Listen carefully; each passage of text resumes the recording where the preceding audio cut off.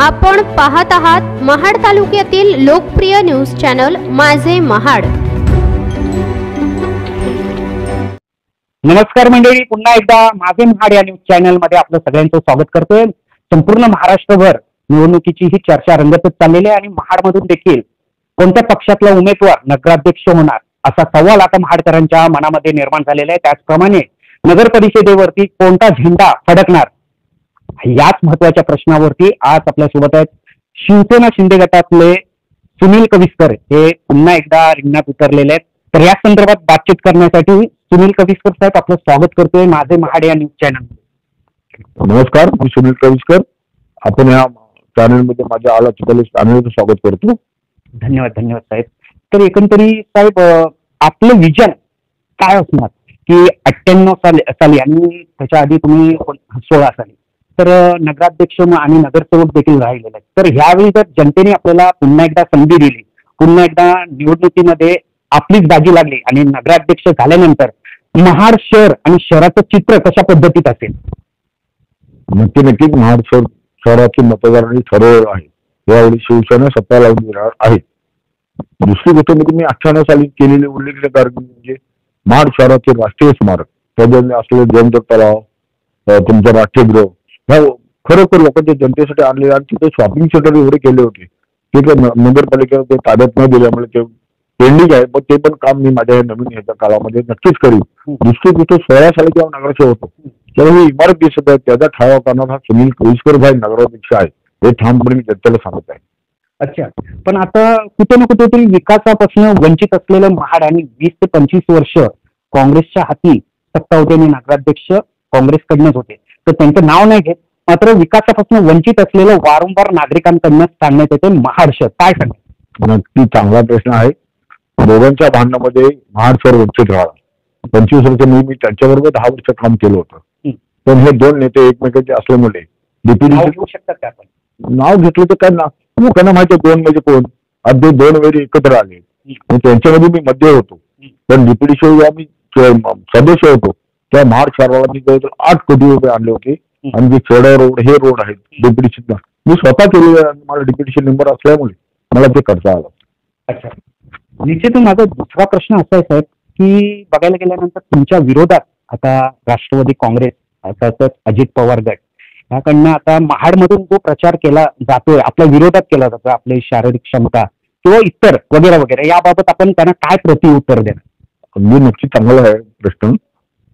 मी unfit आहे म्हणून लोकांबरोबर जातोय, कारण माझ्या विरुद्ध त्यांना कुठलाही प्रयोग करण्याचा त्यांना नाहीये प्रचाराला। आता लक्षात द्या 22 साली मला जेव्हा माझं लिव्हरचं ऑपरेशन झालं तेव्हा मी 4थ्या महिन्यापासून माझे स्कूटर घेऊन मी गावात फिरतो। माझ्या काही मोठ्या गाड्या नाहीत त्याने मी स्कूटर घेऊन फिरतो आणि आज त्या 22 सालापासून आजची तारखेबरोबर मी स्कूटरवरच फिरतो। मी अनफिल्ड नाही, पण माझ्या विरुद्ध त्यांना कुठला प्रचार करायला कुठलाही म्हणजे मी करेक्शनवाला आहे, मी पावतीवाला आहे, त्याच्यामुळे एक प्रश्न सोडला तर मी स्कूटरवर फिरतो। स्कूटरवर का फिरतो? मी फिट आहे म्हणून, जनतेच्या सेवेसाठी 5 वर्ष मी सज्ज आहे। माझ्या आई कुटुंब माझ्या मातेने मला भरपूर ताकद दिली आणि लोकांच्या सेवेसाठी मी सज्ज आहे। महाडकरांनी कुठल्याही त्यांच्या आशीर्वादाने 5 वर्ष उभा राहणार आहेत आणि महाडकरांनी खोट्या प्रचाराला बळी पडू नये। अगदी आता मला असं विचारायचं आहे, जनतेचा प्रश्न ऑफ कॅमेरावरती आहे, कारण जनता बोलते की अनुभवी नेतृत्व आपल्याकडे कोणत्याही पक्षातून आपण लढले असाल तर तुम्ही निवडून देखील आले, तर यावेळी जर निवडून आल्यानंतर महाडमध्ये जे विकासापासून अनेक काम आहेत, गटार असतील, रस्ते असतील किंवा शौचालय देखील आहेत, तर आता शौचालय जे लाईन्स कपच्या मार्गावरती उभारण्यात ई टॉयलेट आलेलं आहे, तर त्यावरती खर्च नगर परिषदेकडनं 65 लाख तब्बल 65 लाख खर्च करण्यात आलेला आहे। तर या संदर्भात पूर्ण बदल पाहिजे। कोंडवाडा नाहीये प्राण्यांसाठी, गुरांसाठी, कुत्र्यांसाठी भटकी कुत्री भटकत आहेत, मात्र नागरिकांना वाटतंय की आम्हाला कुत्री चावतायत, त्यांना काहीतरी करायला पाहिजे। तर या संदर्भात आपली विचारधारा कशा पद्धतीत असणार? नाही, 16 साली जेव्हा नगरसेवक होतो तेव्हा ई टॉयलेटचा प्रश्न आला तर ई टॉयलेट बांधताना माझा त्या सभागृहामध्ये मी स्वतः प्रश्न मांडला होता की ई टॉयलेट बांधताना महाडची बॉटल लेवल म्हणजे पूर परिस्थितीच्या लेवलच्या वर बांधा, तेव्हा माननीय नगराध्यक्षांनी माझा कुठलाही ऐकले नाही आणि त्याचा परिणाम आज 65 लाख पाण्यामध्ये गेलेला आहे। कारण मी तिथला सबूत आहे, तुम्ही त्यांना मी असं सुचवलं होतं सभागृहात की महाडमध्ये टॉयलेट बांधताना एवढ्या मोठ्या 65 लाखाचा तुम्ही वॉटर म्हणजे पूरची रेषा त्या रेषेच्या वर बांधा, आणि हे काय माझे ऐकले नाही. आणि तो टॉयलेट 65 लाखाचा गाड्याचा परिणाम असलेल्या तेव्हाच्या बॉडीमधल्या त्यातल्या नगरसेवकांचाच आहे. अगदी. मग कोंडवाडा आता महत्वाचा आहे. महापुराच्या दरम्यान कोंडवाडा वाहून गेल्या कारणाने आता गुरं आणि कुत्रे देखील आता त्यांच्यासाठी काहीच या ठिकाणी नसलेलं पाहायला मिळतंय. शेड देखील नाहीये. या संदर्भात किंवा गटार आणि रस्त्याच्या संदर्भात महाड शहरात खड्ड्यांच्या साम्राज्यामध्ये रस्ते पाहायला मिळतात. त्या संदर्भात आपण एकंदरीत निवडून आल्यानंतर कशा पद्धतीत आपण पाऊल टाकतो? प्रश्न असा पहिला आहे की महाड शहरामध्ये दिसणारे कुत्रे, रात्रीचे अपराधीचे कुत्रे जाऊन एकमेकाला चावतात, हे करतात. त्याचा पुरेपूर बंदोबस्तासाठी महाड शहरामध्ये मी म्हणजे एक प्लॅन आखलेला आहे की आता डीपी प्लॅन चालू झाले नाही. 20 वर्ष झाले, 20 वर्षानंतर डीपी प्लॅन नवीन या जागेचा त्या जागेत त्या संस्थाने देत आहे.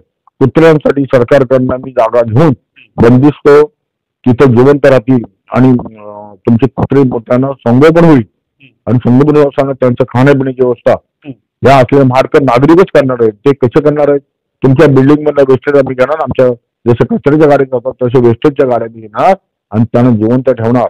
जोपर्यंत ते जातील तोपर्यंत कुठल्याही प्राणी असलेल्या मित्राला माझ्याकडे तक्रार होणार नाही याची मी काळजी घेईन. अगदी कोंडवाड्यासाठी काय करणार? गुरांची कोंडवाडे तिथे त्या कुत्र्यांची जागा घेणार, त्यातच मी आरक्षित करणार त्यांच्यासाठी, आणि त्यांच्यासाठी असं संगोपन करणार की परत लोक गुरे ही रोड सोडणार नाहीत.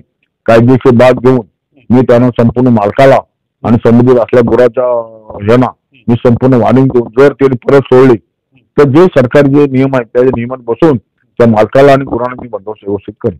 अगदी. आता प्रश्न अजून एक महत्वाचा आहे. महाड शहरात बघितल्यानंतर नगर परिषदेच्या मार्फत कचरा जो उचलायला पाहिजे तो फक्त महाड शहरासाठी मर्यादित आहे का? कारण ग्रामीण भागात बघितल्यानंतर अगदी रायगडच्या रस्त्यावर म्हणजे किल्ले रायगडाकडे जाणारा रस्ता आज कचऱ्याच्या साम्राज्यामध्ये पाहायला मिळते. दुर्गंधी पसरलेल्या आजाराला सामोरे जायला लागते. याबाबत आता आपण काय सांगाल आणि निवडून आल्यानंतर कशा पद्धतीत कार्य करा? आता रायगड रोड हा 98 साली मॉर्निंग वॉक साठी उघडलेला मी स्वतः आहे. त्या रोडला लाइटिंग केली, डांबर केलं आणि व्यवस्थित लोक महाडच्या 14 गेल्यापासून नातेगिंडी बनवून लोकांना लाईटिंग दिली. त्याच्यामुळे तो रायगड रोड हा माझा प्लस पॉईंट आहे की लोकांनी सेवा देणारा पहिला नागरिक होतो. आज पण महाडच्या कुठल्याही बाउंड्रीमध्ये असं सकाळी मॉर्निंग वॉकसाठी रस्ता नव्हता, त्याची व्यवस्था मी केली आणि त्या रस्त्यावर जे आता लोक जातात एमआरसी आणि कचरा फेकून देतात त्यांची व्यवस्था कॅमेऱ्यावर लावून मी त्यांच्या दंडात्मक कारवाई करणार. आणि स्वच्छ महाड कसा राहील? आता महाड शहर कॅमेरे तर बसलेले आहेत. शेडच्या विकास कामांना कॅमेरे पूर्ण शहरात बसलेले आहेत. सुरुवात म्हणजे आता झालंच ना. लक्षात ठेवा एकावेळी का मंजूर जो लागणार जेव्हा आहे आम्ही जे सभागृहामध्ये मंजूर केलेले जे कॅमेरे आहेत त्याचे पूर्ण परिस्थितीमध्ये सगळे पैसे आलेले आहेत, वर्क ऑर्डर दिलेले आहेत. कॅमेऱ्याचं काम चालू आहे. साधारण 1-1.5 महिन्यामध्ये पूर्ण वर्क होईल आणि मार्च सर्व तुमची जर आमचा ऍप घेतला तर तुम्हाला तो ऍप बघता येईल तुमच्या. तर आता सुंदर महाड आणि स्वच्छ महाड असं आपण बोलताय, मात्र आता महत्वाचं आहे की जनतेला पडलेला प्रश्न की निवडणुकीला सामोरे जाताना प्रत्येक नगराध्यक्ष पदासाठी उतरलेले रिंगणात असणारे उमेदवार हे प्रत्येकदा बोलतात की आम्ही कामं करू आणि काम असं करू की कार्य लोकांना कोणतीही कटकट नसणार असं वारंवार सांगितलं जातं. मात्र निवडून आल्यानंतर जनतेपासून आपण सदृश्य किंवा अदृश्य तर होणार नाही ना, हा महत्वाचा प्रश्न आहे. नक्कीच मी 35 वर्ष निवडून येते आणि लोक मला कुठल्याही वार्डामध्ये निवडून जातात. म्हणून मी कार्यक्षम असलेले लोक निवडून देतात ना, पण हा प्रश्न मला तो अशोभनीय आहे कारण मी लोकांपर्यंत जातो. आता मध्ये 2 वर्ष माझ्या लिव्हरच्या ऑपरेशनसाठी मी बाहेर होतो, पण जनतेने माझी नाळ सोडली नाही ना. मी लगेच झाल्यानंतर परत जनतेची सेवा करायला लागलो. आता जनतेची सेवा करत असताना लोकांना बाजूला जाणे माझ्या वार्डात दिलेली सगळी कामं जिल्ह्यामध्ये पाण्याचा प्रश्न, गटाराचा प्रश्न मी सोडवलं. त्याच्यामुळे उदात तक्रार महाडकरांना मी कुठलीही तक्रारीचा बळी गेलो नाही. मग आता महाडमध्ये बघायला गेल्यानंतर काँग्रेसकडे सत्ता 20 ते 25 वर्ष होते, मात्र आता महाड शहरात बघायला गेल्यानंतर साधी गटारं देखील नाहीयेत किंवा रस्ते बघायला गेल्यानंतर खड्ड्यांच्या साम्राज्यामध्ये आहे. नाहक त्रास नागरिकांना सहन करावा लागतोय. बघायला गेल्यानंतर एसटी स्थानकाकडे देखील रस्ता नाहीये. वारंवार अनेक प्रसार माध्यमातून हे दृश्य दाखवण्यात आलेले आहे, मात्र त्याकडे का दुर्लक्ष केलं जाते? आपण बोलतोय की मी असताना असं झालंय, मी असताना तसं केलेलं आहे, मात्र जेव्हा दुसरे नगराध्यक्ष झाल्यानंतर त्यांनी दुर्लक्ष केलेलं आहे. मात्र आता त्याकडे आपण कशा पद्धतीत पाहतात? नाही, मी तसं बघणार नाही आणि कोणाला बोलणार पण नाही. कारण महाड शहरामध्ये इतका पाऊस आणि पूर येतो की डांबरीकरण हे टिकत नाहीये. डांबरीकरण टिकत नसताना काय गोष्टी आहेत ना की महाड शहरात इतका पाऊस पडतो की ही डांबर टिकतच नाही. किती केलं तुम्ही काय तिथे पैसे वाया जातात. म्हणून संपूर्ण शहरामध्ये आपण सिमेंटचे रस्ते या धर्ती आपण फार मोठा करणार आहोत की लोकांना तक्रार नाही खड्डे पडले हे पडले. पण जे मागचं काय गेलं त्याच्यावर असं काय लोकांना बोलून नाही. आता नवीन पर्व नवीन सगळे चालू करायचं. कविष्करांना जर निवडून दिलं तर नवीन पर्व चालू होईल. खड्डे मुक्त महाड देण्याचा माझा विचार असेल. अगदी बरोबर आहे. आता सांगण्याचं तात्पर्य अजून एक प्रश्न करतो साहेब. भाजपा आणि राष्ट्रवादी काँग्रेस युती झालेली आहे आणि असं वाटतं की मजबूत बाजी त्यांच्याकडे पण आहे आणि आपल्याकडे देखील नेतृत्व असं आहे की अनुभवी नेतृत्व आहे. आपल्याला वाटतं की ह्या ठिकाणी टफ फाईट होईल, काटेकी टक्कर होईल. काय सांगाल? विरोधकाला कमी न रेटणारा मी नेता आहे. समोरच्या माणसाला मी पेटीनंतरच मी विजय घोषित होतो. पण मी कधी पेटीच्या आधी कधी मी विजय होईल असं आम्ही करणार नाही.